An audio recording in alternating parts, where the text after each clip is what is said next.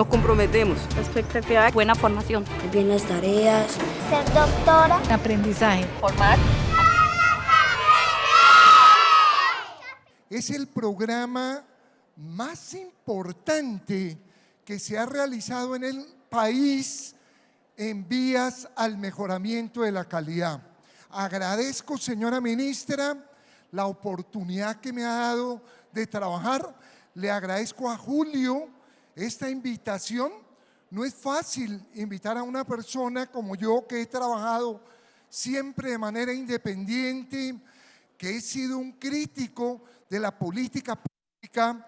Creo que es un acto de valentía tuyo, especialmente de la ministra, invitar a gente que ha tenido una posición independiente en educación.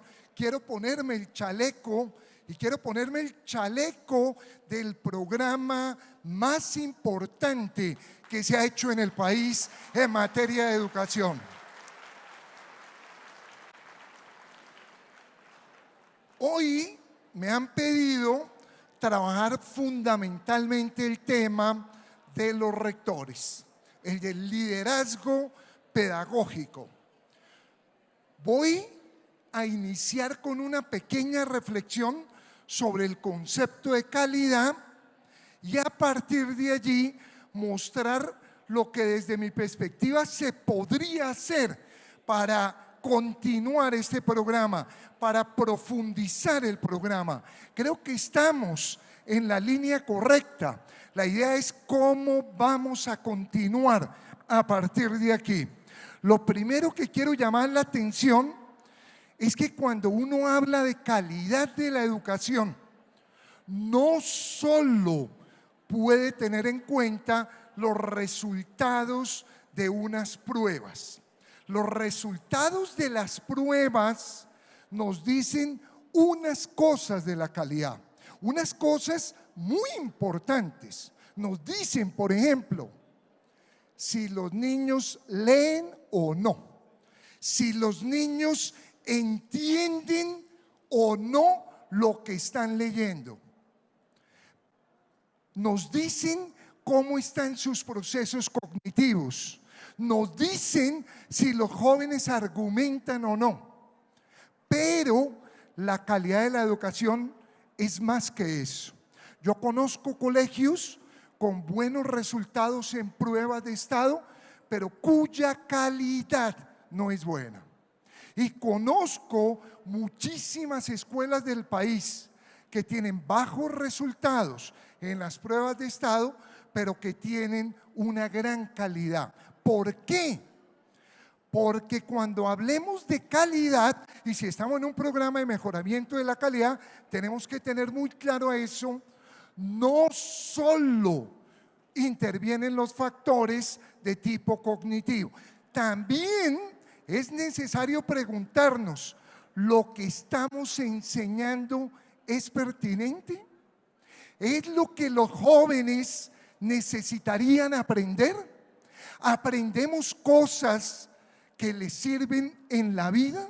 ¿Estamos dotando a los jóvenes de herramientas para vivir? ¿O, por el contrario, la educación que hemos brindado es poco pertinente? En educación, sin el concepto de pertinencia, no podemos evaluar la calidad. Segundo, ¿estamos educando solo la cabeza o también el corazón? ¿Aprendemos en la escuela a ennoviarnos? ¿Aprendemos a echarle el cuento a una niña? ¿Aprendemos si la niña que está bailando conmigo quiere bailar la siguiente canción? Es decir, las cosas importantes de la vida. ¿Aprendemos en la escuela a manejar el dinero? ¿Aprendemos a organizar una fiesta? ¿A gozarnos un amanecer? ¿O la escuela sigue siendo una escuela que solo aborda lo cognitivo? Sin el concepto de integralidad, tampoco podemos hablar de calidad de la educación. Y si estamos en un programa de mejoramiento de la calidad, tendremos que elevar la pertinencia, la integralidad Y algo que este programa es el primero en la historia, la equidad. Están recibiendo los niños de las distintas regiones del país todo el apoyo que necesitan, o tenemos unos logros distintos para unas regiones que para otras, para unos géneros que para otros, para unas clases sociales que para otras. Es decir, para hablar de calidad, además de las pruebas, además hay que incluir el concepto de pertinencia, el de integralidad y el de equidad. Y lo más importante, el problema si la calidad es baja, el problema no es que los niños no sepan ciencia, ese es un problema menor. El problema no es que los niños no sepan los símbolos químicos, eso es insustancial. El problema no es que los niños no sepan geografía. El problema no es que los niños no sepan raíces cuadradas. El problema es que si no tenemos educación de calidad, no construiremos un país democrático. Si tenemos una educación de baja y de desigual calidad, no somos una democracia. Podemos llamarnos democracia en un país donde el 50% de los niños no entiende 2 párrafos. A los 15 años, nuestros jóvenes todavía no pueden hacer lectura de las macroideas. ¿Se puede llamar eso una democracia? Con la educación que tenemos, todavía no. La educación es el mejor instrumento que hemos diseñado para formar la democracia. Ya lo decían los filósofos a lo largo de la historia. Kant decía que el papel de la educación era formar mayores de edad, es decir, individuos que con su propio criterio pudieran tomar las decisiones. En Colombia hay muchos mayores de 18 años, pero todavía, tristemente, hay pocos mayores de edad. Necesitamos mejorar significativamente la calidad de la educación para construir democracia. Aquí no estamos jugando el futuro. Yo siempre he oído esta tesis, que hay que invertir en educación. Yo voy a discrepar de esa tesis. Hitler invirtió en educación. No se trata de invertir en educación, se trata de invertir en una nueva educación, en una educación que dote de herramientas a los jóvenes para vivir la vida, en una educación que enseñe a pensar, que enseñe a sentir, que enseñe a amar, que enseñe a convivir. No se trata solamente de invertir en educación, se trata de invertir en una educación de mucho más alta calidad. Hay cosas que se han hecho y hay cosas que van bien. La ministra usaba un término que me parece muy adecuado. Hay que construir sobre lo construido. ¿Qué ha avanzado el país? El país ha avanzado muchísimo en tener un sistema completísimo de seguimiento de la educación. Tal vez somos el país de toda América Latina que tiene mejores pruebas. Tenemos pruebas en tercero, en quinto, en séptimo, en noveno, en 11. Ahora diseñamos la Saber Pro. Eso nos va a permitir comparar. Eso es un grandísimo logro. Yo he comparado las pruebas Saber con las pruebas PISA y les confieso, me gustan más las pruebas nacionales. Son unas pruebas mejor concebidas desde el concepto de competencia. Ese es un gran logro. Tenemos a los niños en la escuela. Avanzó la cobertura. Eso es un logro que es muy valioso en cualquier democracia. Nos faltan los niños más pequeños. El país tiene que pelear para que los años de escolaridad básica, obligatoria y gratuita no sean hacia arriba, sino sean hacia abajo. No pueden No pueden los niños de los estratos marginados, los niños más castigados por la sociedad, no pueden llegar al primer grado en una clara desventaja como hoy lo están llegando, porque no tenemos educación pública de la primera infancia. Pero hemos avanzado en cobertura. Tenemos uno de los logros más importantes en pedagogía. En las pruebas latinoamericanas, Colombia se presenta a todas las pruebas, a PISA, TIMSS, PIRLS, el laboratorio latinoamericano, y desde hace 15 años. Y tenemos en los resultados del laboratorio latinoamericano el mejor resultado después de Cuba. Y el resultado lo tenemos no en las grandes ciudades, no en los colegios de élite, sino los tenemos en el proyecto conocido como Escuela Nueva. Y ese proyecto está presente en 28 países del mundo. Hablaba con Vicky Colbert y me contaba que llegaron al África tomando la experiencia colombiana. Y aquí hay una de las claves a tener en cuenta en pedagogía. No tiene las mejores instalaciones Escuela Nueva. No tiene la mejor infraestructura. No es que tenga las mejores condiciones porque le toca a un maestro atender niños de todas las condiciones, niveles, clases, cursos, pero tiene ideas pedagógicas. Es un programa pensado para mejorar la calidad porque es un programa pertinente, es un programa contextualizado. Jaime Niño es uno a quien debo todos estos reconocimientos hacia Escuela Nueva.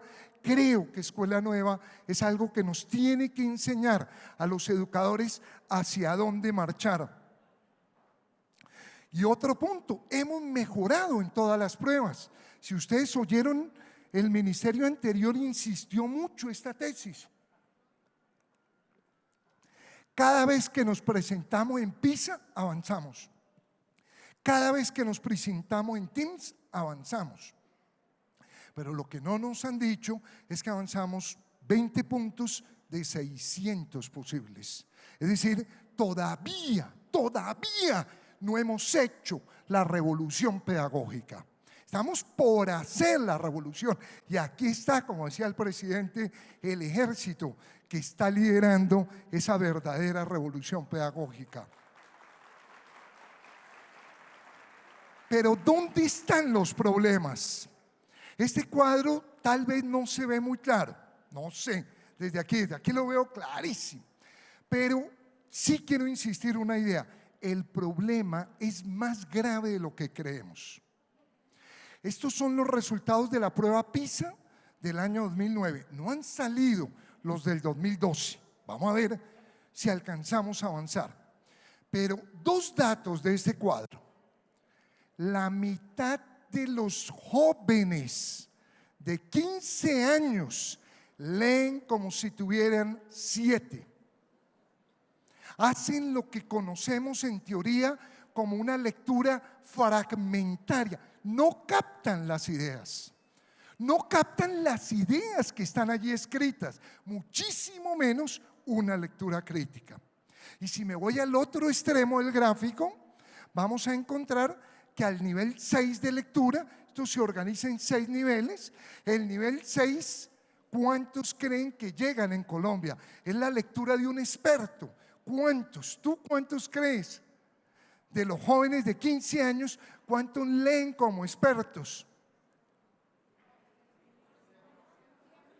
Muy poquito, 0. ¿Y cuántos hacen una lectura crítica, que es nivel 5? 0. Estadísticamente es 0, por lo tanto no alcanza a ser el 1. O sea, el problema es muy grave. Primer punto.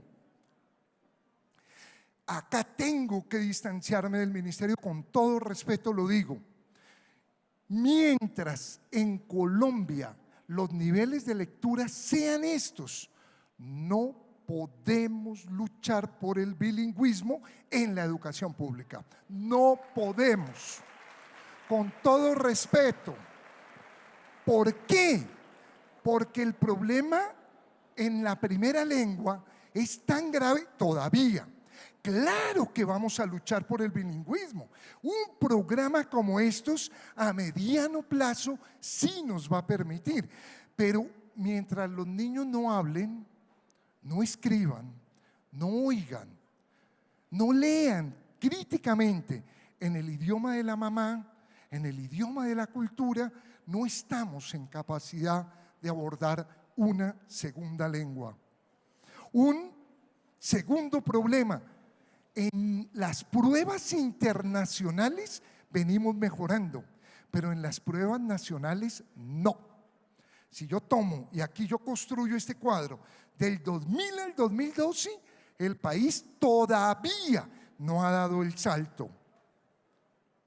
Un tercer problema, yo les preguntaba hace un rato, ¿aprendemos cosas importantes en la escuela? Por ejemplo, para los niños hablan de lo que hacen en la escuela. Uno sí ve a los jóvenes de este programa hablando de lo que hacen en la escuela, porque este programa sí está atacando las variables claves de la calidad, pero todavía la educación es menos pertinente de lo que debería. Por eso les preguntaba, ¿por qué los niños hacen esta pregunta todo el tiempo? Perdón, profe, ¿y esto para qué sirve? Esa es una pregunta muy profunda. Esa es la pregunta más importante de la educación. Y los maestros solemos decirle a los niños que usted cree que esto no es importante, pero que esto es importantísimo para el próximo año. No, que cálculo, si usted no entiende cálculo 1, no va a entender cálculo 2. No, eso es una trampa. En realidad, lo que están aprendiendo ellos es lo que necesita el país. Están aprendiendo a resolver los problemas. Por ejemplo, ¿aprende uno en la escuela a conocerse a sí mismo? ¿Por qué es más importante sacar ecuaciones diferenciales que conocerse a sí mismo? Que elaborar el propio proyecto de vida. Que al elaborar el proyecto de vida mío, tenga en cuenta mi comunidad. Yo creo que al país le sigue todavía faltando integralidad, y voy a mencionar un caso que desde mi perspectiva es escandaloso. En el año 2002 hubo una tesis de grado en una universidad top del país, de las más importantes. La tesis fue meritoria y la tesis se llama Ética y responsabilidad social de las empresas. Eso no sería nada extraño que haya una tesis así y que sea meritoria. Lo que sí es extraño es que el autor se llame Guido Nulle. Eso sí. Eso sí. ¿Qué nos muestra un ejemplo así? Que al país le sigue faltando integralidad. Educar no es tocar la cabeza. El presidente lo decía de manera muy clara: la guerra endureció los corazones. Nos acostumbramos a ver secuestros en este país, nos acostumbramos a ver desapariciones, nos acostumbramos a los asesinatos y el país no reaccionó. Necesitamos una escuela que trabaje cabeza, corazón y músculo.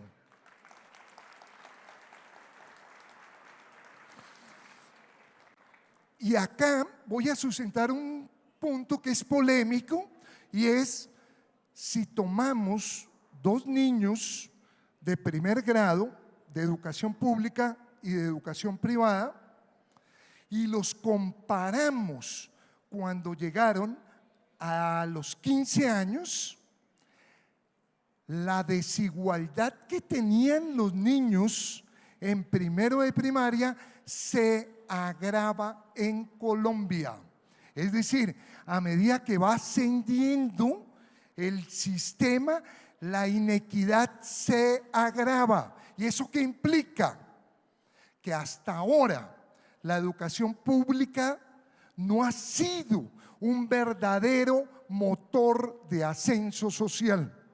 No pueden los jóvenes de estratos más altos tener una educación de mayor calidad. Yo cuando concluí eso, abandoné mi trabajo en la educación privada y estoy totalmente dedicado a la educación pública, porque trabajar en la educación pública es ampliar la democracia.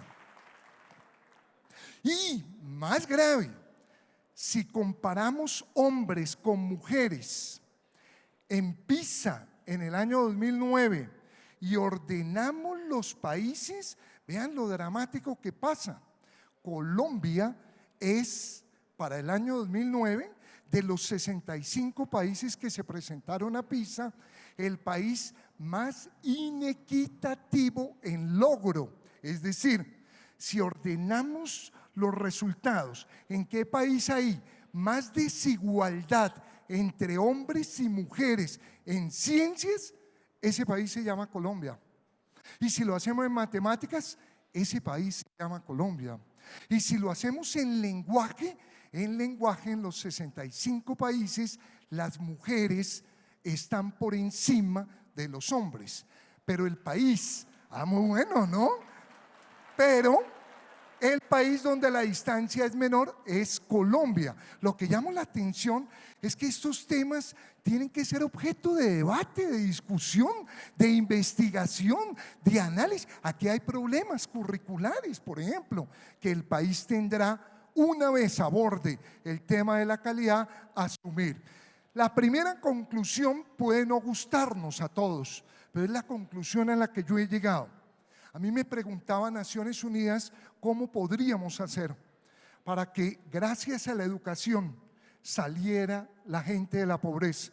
Y yo les decía, para eso antes hay una condición: hay que sacar a la educación pública de la pobreza en la que está. Con esta educación que hemos tenido, no podemos todavía sacar a la gente de la pobreza. Segundo punto que quiero reflexionar: ¿de qué depende la calidad? Porque hay países que les va mejor que otros, porque hay ciudades que les va mejor que otros, porque hay países que vienen avanzando y otros no. ¿Por qué, por ejemplo, está el fenómeno de Polonia, uno de los casos más emblemáticos del mundo de mejoramiento en la calidad en los últimos 20 años? ¿Por qué algunas ciudades norteamericanas avanzan, pero por qué como país Estados Unidos todavía no avanza?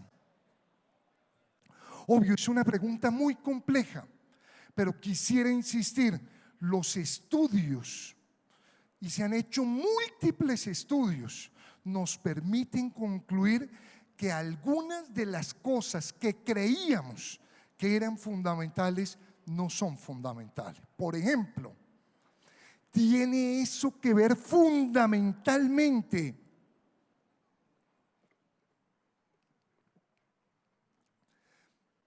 con la infraestructura. No. Los estudios nos muestran que en América Latina el éxito en educación es el país que tiene las condiciones más limitadas desde el punto de vista de infraestructura: Cuba. Yo estaba en Cuba en el año 97 en el ministerio y nos dieron un cóctel porque llegaba el fax al Ministerio de Educación en el año 1997. Obvio, todos sabemos que el éxito cubano no está en la infraestructura, y todos sabemos que el éxito de un programa como Escuela Nueva tampoco está en la infraestructura, y todos sabemos que colegios como este de Ciudad Tunal, Liceo Campo David, que creo que van a hablar los rectores, bueno, no está en la infraestructura. Una segunda cosa que hemos encontrado es que los factores económicos, claro que inciden. No hay ninguna duda que las familias tienen un impacto muy alto, pero ojo con esto: El impacto es sociocultural y no socioeconómico. Cuando se hace el análisis, ¿qué tanto depende del resultado? Los factores socioeconómicos, la conclusión de PISA es impactante. En el mundo, el 13% de la explicación se le puede atribuir a factores socioeconómicos. En Colombia es más, en Colombia es el 17%, pero queda el 83%. Y el 83% no depende de factores socioeconómicos familiares. Y si dependiera de factores socioeconómicos, la potencia en educación básica sería Estados Unidos, o sería Inglaterra, o sería Alemania. Alemania tiene colegios de muy alta calidad, pero tiene un problema de equidad, porque tiene distintos sistemas educativos.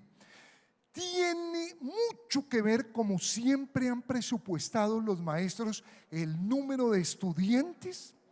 Todos los países industrializados hace 40 años concluyeron que esta era la variable clave. ¿Y qué hicieron?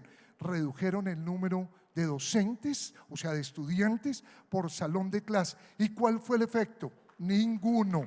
No hubo. Vean lo que les voy a decir. No hubo, salvo en los primeros años. Todos los estudios nos mostraron que si usted divide un grupo de 40 cuando tienen 15 años, no hay impacto en la calidad. Y como la mayoría de pruebas se aplica a los 15 años, la conclusión mundial es esa. Pero cuando ustedes tienen un grupo de 30, de 40 estudiantes a los 5 años, ahí sí se deteriora la calidad. ¿Eso qué quiere decir? Que el país tendrá que disminuir el tamaño de los grupos de estudiantes en educación inicial y en los primeros años de educación básica, pero que no es una buena política después de cuarto de primaria. Bill Gates reconoció esto hace poco. Dijo: tengo que confesar que me equivoqué. Construí 100 escuelas con grupos pequeños, con tamaño pequeño de la escuela. Creí que esa era la variable y después me di cuenta que esa no es la variable. Ya vamos a llegar que sí hemos encontrado como las variables totalmente decisivas. ¿Depende la calidad del apoyo tecnológico? ¿Depende que haya computador, tablet? No es la variable decisoria en la calidad. ¿Depende de la experiencia de los docentes? No. En Colombia encontramos en el año 2002 que la experiencia de los docentes era positiva en los primeros años, pero que podía ser negativa a mediano plazo por una razón. Si el docente no lee, si no crea lo que este programa ya encontró, comunidad de aprendizaje, si el docente no investiga, 30 años de experiencia no son 30 años, es uno repetido 30 años. Eso no es experiencia. Pero ¿de qué sí depende? ¿Y de qué depende muchísimo? De factores pedagógicos. Hay un papel decisivo de los factores pedagógicos. Factores de gestión, pero la gestión que se hace en educación es una gestión distinta, porque es una gestión de tipo pedagógico y de factores socioculturales. Indudablemente, por ejemplo, los estudios nos muestran que el nivel educativo de la madre tiene un impacto en la calidad. Ojo, el del padre no.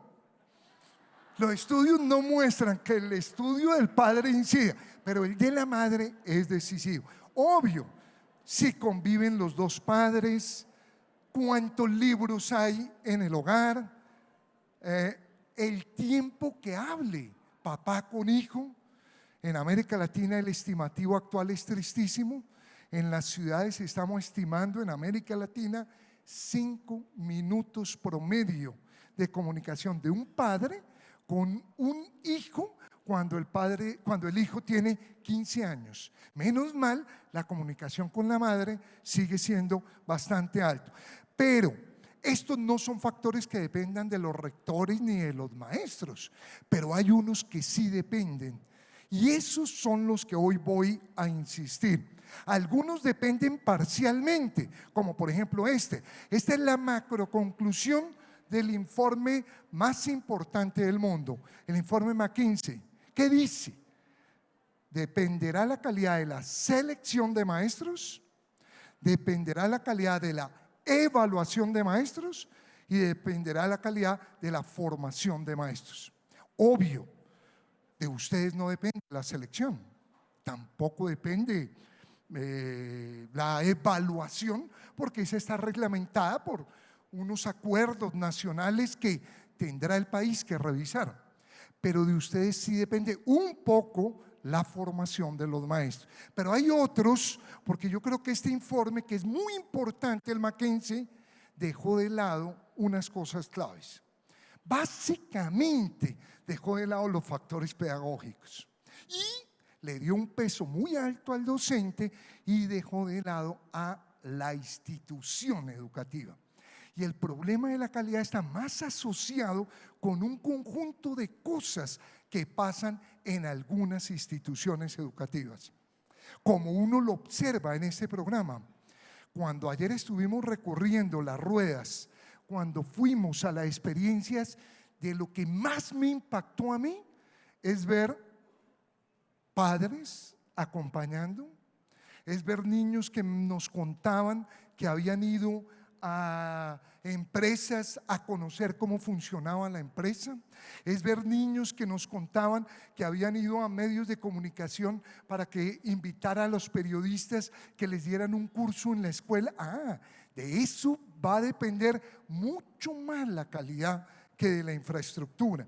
¿Qué factores pedagógicos inciden? Por tiempo, pues me toca sintetizar mucho, pero voy a ilustrarlo con una tesis que recibió un premio Nobel. Esa tesis la formuló un premio Nobel alternativo. Alfred Magniff en Chile formuló esta tesis. Una cosa es que un país crezca, es decir, que haya más producción, es decir, que haya más productos, que haya más intercambio de esos productos, y otra cosa es que eso beneficie a la población. Y él estableció una distinción muy profunda entre aprendizaje y desarrollo. Pues en educación tendremos que hacer lo mismo. Y esa es la pregunta de un modelo pedagógico. Una cosa es que un niño sepa cosas, que sepa Cristóbal Colón, que sepa los símbolos, que sepa sumar. Esos son aprendizajes, pero ese no puede ser el objeto de la educación. El objeto de la educación tiene que ser el desarrollo. Y lo ilustro con un proverbio chino. Cuando ustedes no sepan quién dijo algo, digan que fueron los chinos, porque ellos se han inventado casi todo en la historia humana. Y bueno, pues se inventaron la tinta, el papel, bueno. Este proverbio dice: no le demos un pescado a un niño, enseñémoslo a pescar.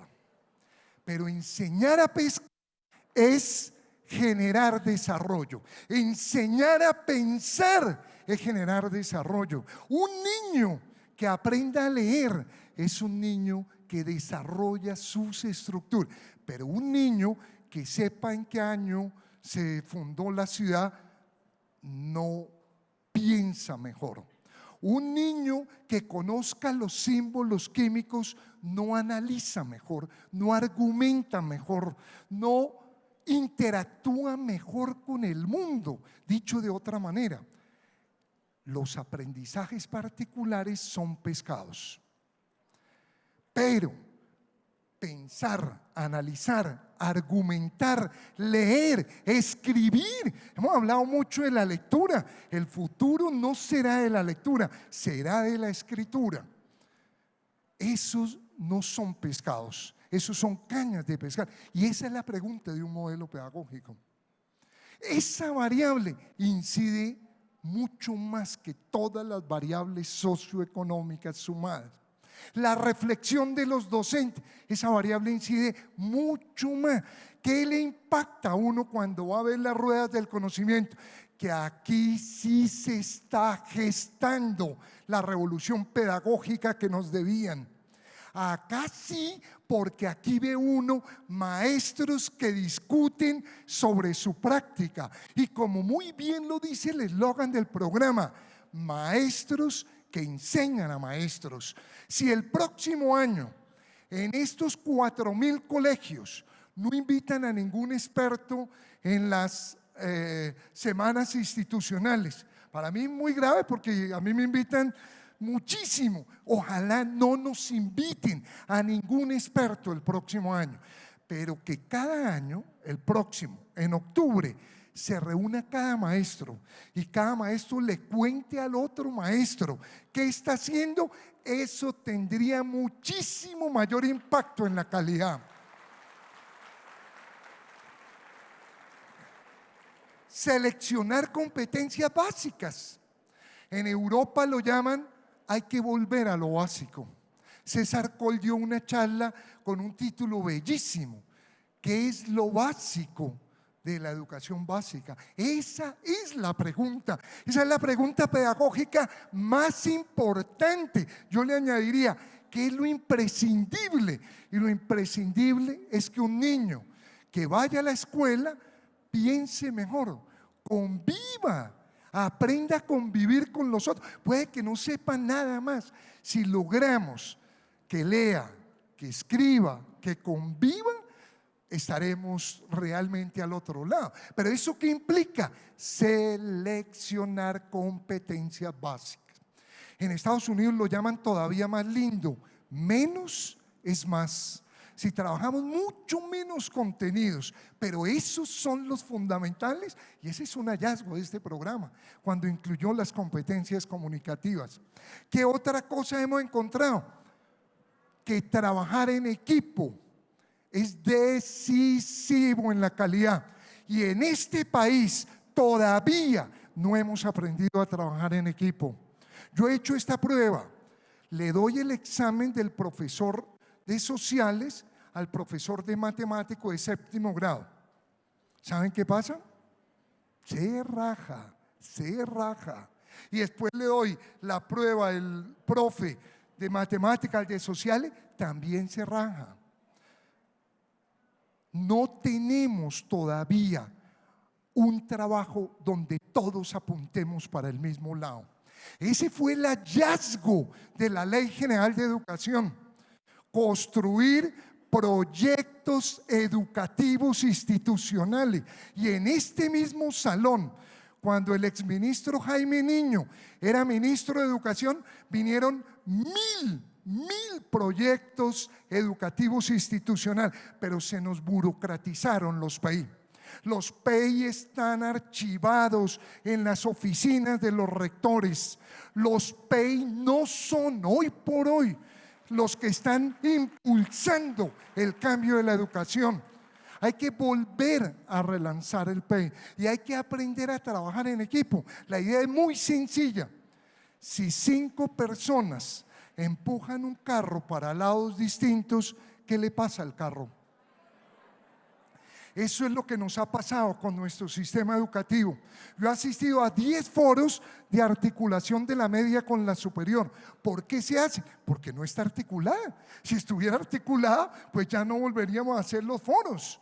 Necesitamos crear comunidades de aprendizaje. Necesitamos que todos vayamos para el mismo lado y que todos vayamos hacia las competencias básicas esenciales. Y factores de gestión, sí, sin ninguna duda, hay varios factores de gestión. A los maestros los hemos tratado como menores de edad. Hubo un grupo de expertos, así se llamaban, que diseñaron el currículo. La verdad nos vimos a dar cuenta que no eran muy expertos, pero había unos expertos que diseñaban el currículo. ¿Y los maestros qué hacían? Los maestros aplicaban un currículo diseñado por otro. Eso es tratarlos como menor de edad. Hasta hace 3 años, el Ministerio de Educación decía si un estudiante aprobaba o no aprobaba. Eso es tratarlos como menor de edad. ¿Qué creen ustedes que pasaría con los médicos si saliera un decreto que dijera solo el 5% de los pacientes que vayan pueden enfermarse? No. ¿Y cuál fue el costo de ese tipo de manejo con los maestros? Que los maestros hoy no se empoderaron de su trabajo. Los maestros no son en el sentido estricto profesionales de su trabajo. Como los tratamos como menores, como les dimos los currículos, como fueron currículos homogéneos, entonces el maestro no se empoderó. Y el rector tampoco. Los rectores, por un error pedagógico que cometimos, le nombramos un coordinador académico y el rector abandonó lo académico y se desplazó a lo administrativo. Y los rectores actuales, si uno llega y visita un colegio y le pregunta, perdón, ¿cuál es el PEI de ese colegio? La experiencia que yo tengo es que lo primero que hacen es, por favor, llámame a la coordinadora académica. ¿Cómo puede ser posible que el capitán del barco? Todos los rectores han sido maestros, son maestros, pero las circunstancias los han sacado de la docencia y los hemos trasladado equivocadamente hacia lo administrativo. Cuando se estudia el fenómeno cubano, ¿qué pasa en Cuba? ¿Por qué sin computadores? ¿Por qué en condiciones tan adversas tienen los resultados que tienen? Obvio, variables clave, docentes con unos niveles de formación, todos son con maestrías, pero una variable decisiva, clima institucional. La manera como se trabaja en la institución, o sea, trabajo en equipo para un mismo fin. Otras variables, la autonomía. Tenemos que darle autonomía a las instituciones educativas, tenemos que darle autonomía pedagógica, autonomía administrativa. Podemos condicionar la autonomía a ir mejorando en los resultados, pero los estudios muestran que es muy favorable la autonomía. También hay que entender que como los maestros no han sido autónomos, cuando se les entregó diseñen sus propios sistemas de evaluación, también se asustaron de la propia autonomía que se les concedió. Esta es una cita que tomo para insistir en el tema del liderazgo pedagógico del informe McKinsey, que, como digo, ubicó unas variables, pero dejó de lado otras, sobre todo las pedagógicas y las de la institución. Pero dice el informe así: las reformas educativas rara vez tienen éxito sin un liderazgo efectivo, tanto a nivel del sistema como de cada escuela. Un estudio determinó que no existe un solo caso documentado de una escuela que haya podido cambiar la trayectoria de los logros de sus alumnos sin contar con un fuerte liderazgo. De manera similar, no hemos podido hallar un sistema educativo que haya sido transformado sin contar con un liderazgo sostenido, comprometido y talentoso. Segunda conclusión: los factores pedagógicos inciden más de lo que en general creemos los maestros, y los factores institucionales han sido un poco opacados por el alto peso que se le ha dado a la variable docente. Yo creo que este programa, y creo que en eso estamos todos de acuerdo, ha ubicado una de las variables claves de la calidad. ¿Cuáles? Uno, el concepto de formación que tiene en cascada. El hallazgo de este programa es que llega al aula. El hallazgo es que el maestro del aula está acompañado. Y está acompañado mediante un sistema muy bien pensado con criterios de muy alta calidad, hacer la selección. Yo he trabajado con el equipo de formadores y yo que llevo 30 años dando charlas por toda América Latina, tengo que decirlo públicamente, no había encontrado un grupo de tan alto nivel de reflexión como el que encontré en estos 100 formadores del programa PTA. Un aplauso para los formadores. Cosas claves del programa, las competencias comunicativas. Bueno, esto sí ha sido un hallazgo. Cuando hablan los niños, cuando hablan los maestros, yo les preguntaba en las ruedas, bueno, ¿y cómo lograron vincular a los padres? Me decían, bueno, es que siempre los llamamos a los padres para regañarlos, que su hijo no trajo, que no hizo.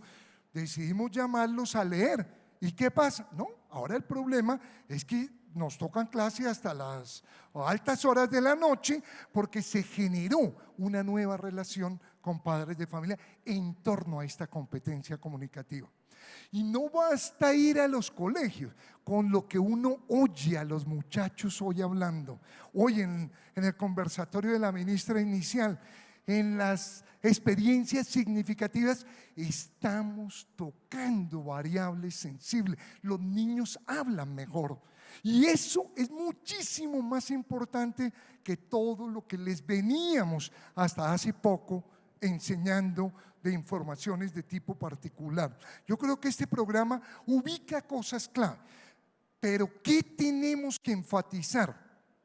No puede el programa de lectura quedar con el profesor de lenguaje. No puede. El problema de la lectura no es el problema del profesor de lenguaje, es el problema de la institución educativa, el problema de los padres de familia, el problema de los profesores. El profesor de educación física tiene que mejorar las competencias comunicativas. Tenemos que aprender a ver videos, tenemos una cultura visual.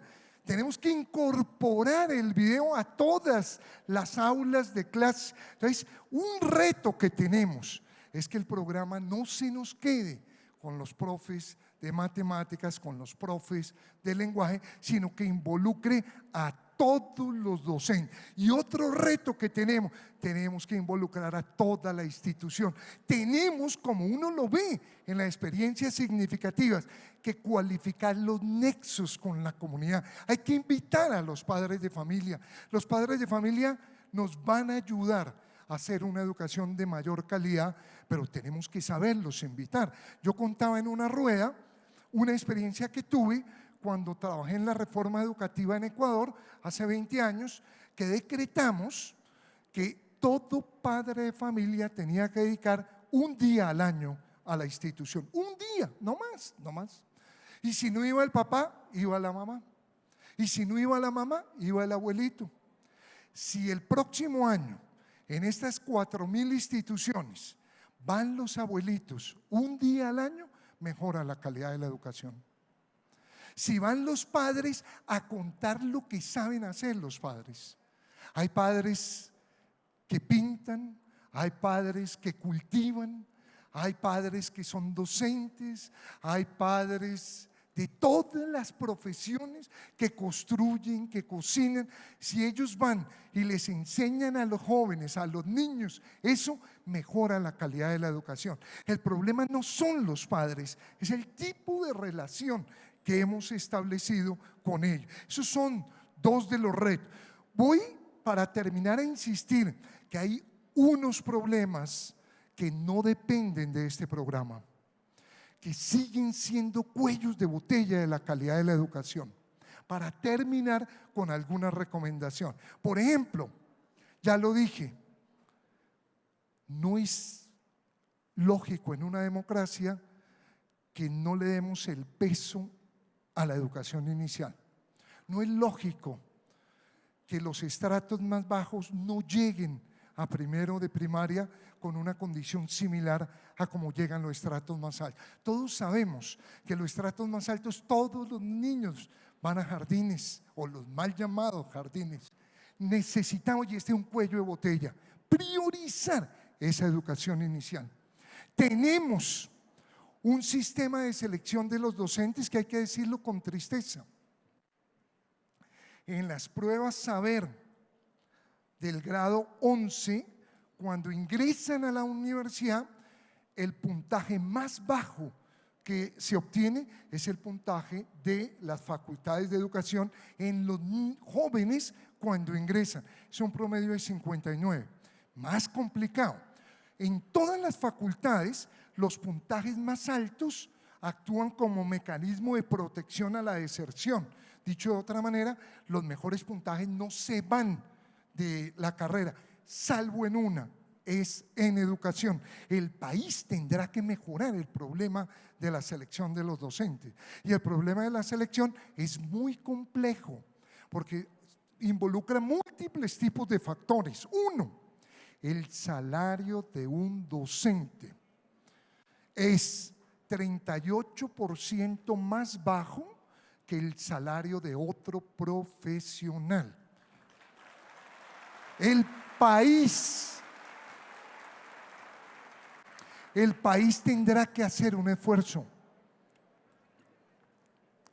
tendrá que encontrar múltiples mecanismos, no solo económicos, no solo, múltiples mecanismos. Tendrá, por ejemplo,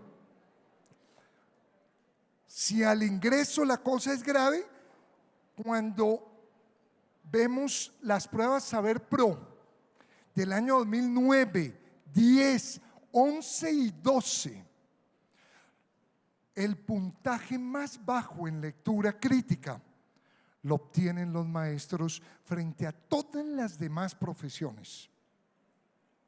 Eso quiere decir que, triste hay que decirlo, son problemas muy complejos, pero que están generándonos cuellos de botella para resolver el problema de la calidad.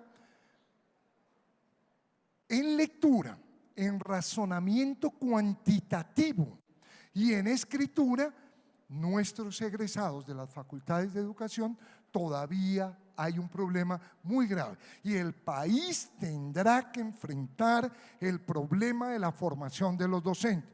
En Ecuador acaban de decretar cierre de todas las facultades de educación, todas las facultades. Crearon una nueva universidad. Esa nueva universidad trabaja con profesores extranjeros. 650 docentes llegan dentro de 15 días de España, 150 llegan un mes después para generar la gran universidad. Yo no digo que esa sea, no, pero estoy mostrando que el problema de la formación es grave en América Latina, tendremos que enfrentarlo. En Colombia se ha bloqueado sistemáticamente la evaluación de docentes. El sindicato, que cumplió un papel importantísimo hasta el año 1994, cuando lideró el gran movimiento pedagógico, hoy ha bloqueado el sistema de evaluación. Y es obvio, si no ubicamos las debilidades de los docentes, si no ubicamos las debilidades colectivas de los docentes, si no asociamos eso con programas de formación, aquí también va a haber otro cuello de botella muy complejo frente a la calidad. Y hay factores de gestión. No es lógico, no hay incentivos a los buenos maestros en Colombia. No es lógico que una entidad privada dé un premio al mejor maestro. Tenemos que crear premios a las mejores instituciones. ¿Y cuáles podrían ser? No son las instituciones que tengan los mejores resultados, no, son las instituciones que más avancen. Si uno estuviera en una escuela que quedó en el puesto 10.000 en las pruebas de estado en el año 2013 y pasa al puesto 5.000, esa escuela hay que premiarla, hay que darle estímulo. Ahí sí, como dice Joaquín Sabina, que ser valiente no salga tan caro. Y en Colombia ha salido costoso. Los innovadores no tienen apoyo. Hay muy buenos maestros en el país. El problema es que esos buenos maestros no trabajan en equipo, no reciben el apoyo necesario, no reciben los estímulos de formación para continuar. Entonces, no vale la pena el esfuerzo. Y ya para terminar, quisiera, pues, bueno, también esta es una última idea en los cuellos de botella. La educación es algo tan importante que no puede estar en manos exclusivamente de la clase política. No puede. Hay que invitar a los empresarios, hay que invitar a los investigadores, hay que meterle ciudadanía a los programas.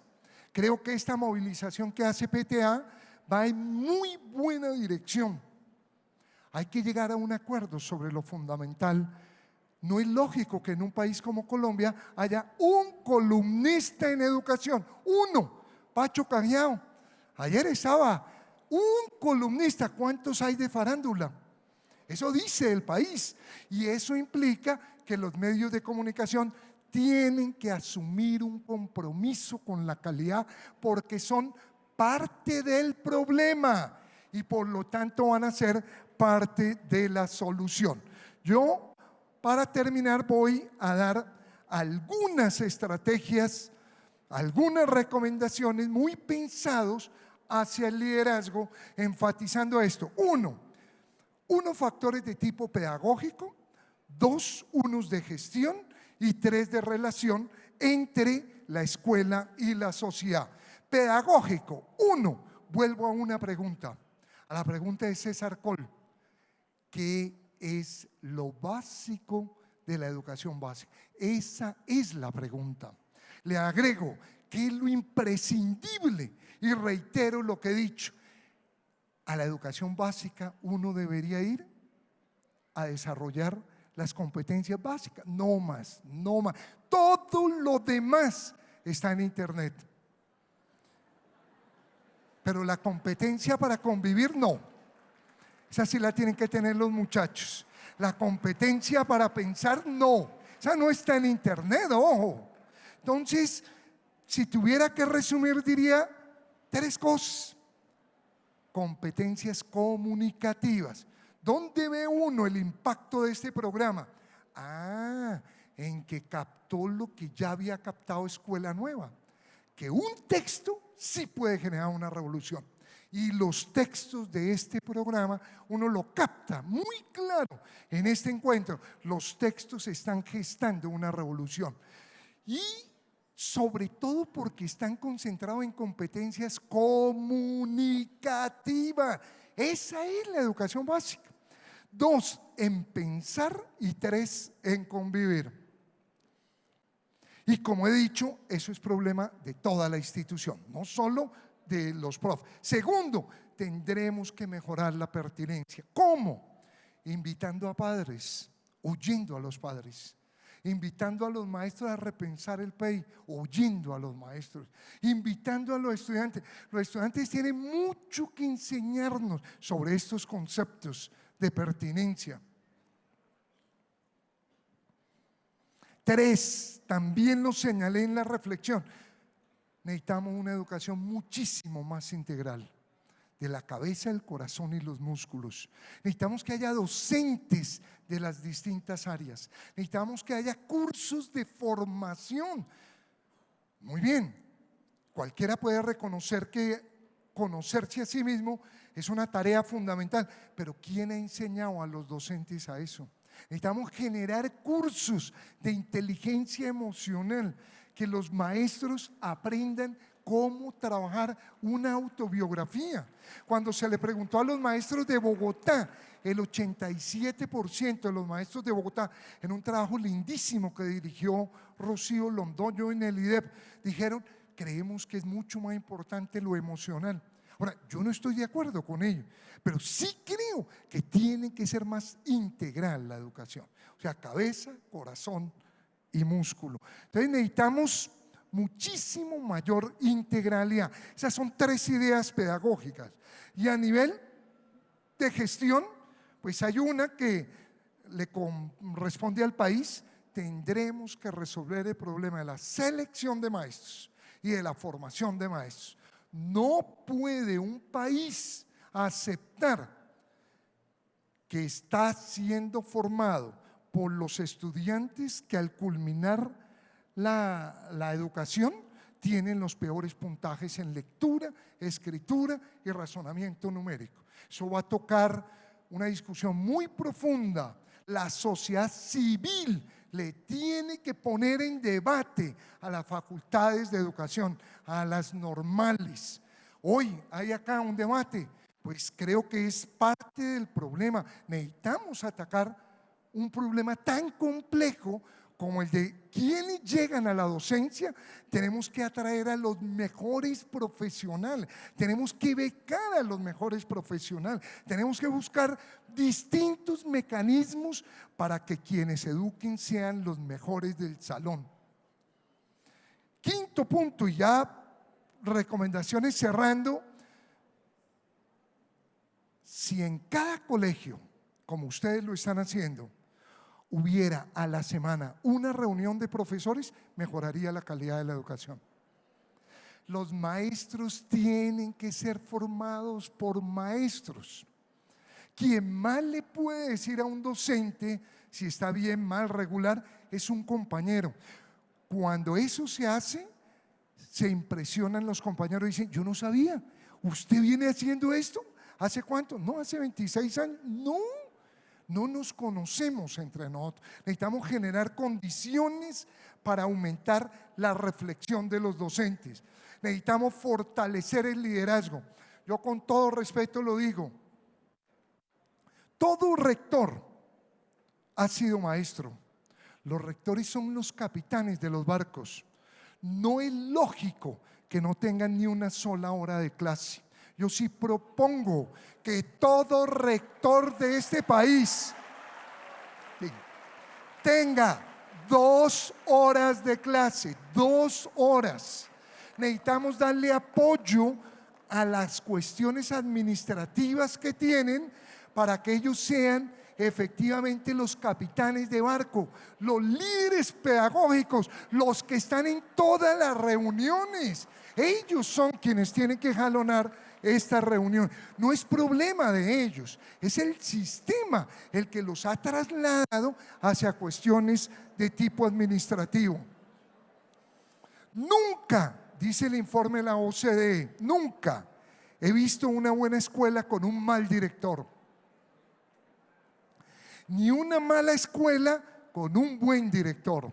He visto cómo malas escuelas se convertían en buenas y lamentablemente cómo destacadas escuelas se precipitan rápidamente hacia su declive.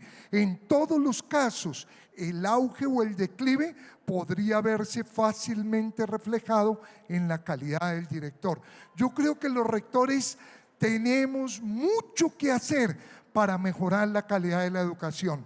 Ese ha sido un poco el mensaje. Termino con: habrá que evaluar a los maestros.